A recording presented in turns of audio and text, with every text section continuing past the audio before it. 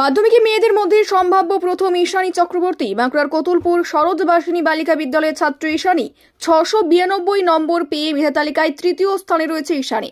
তার অভূতপূর্ব সাফল্যে খুশি তার পরিবার। আগামীতে রিসার্চ করতে চায় সে।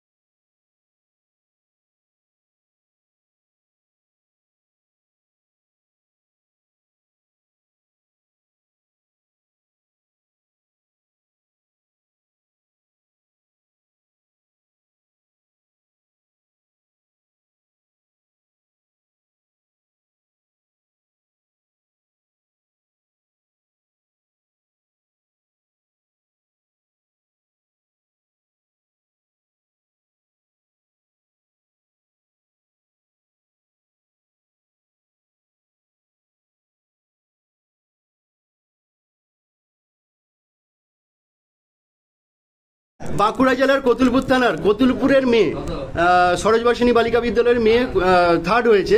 তো মাধ্যমিক পরীক্ষায় থার্ড হয়েছে, অনুভূতিটা কিরকম তোমার?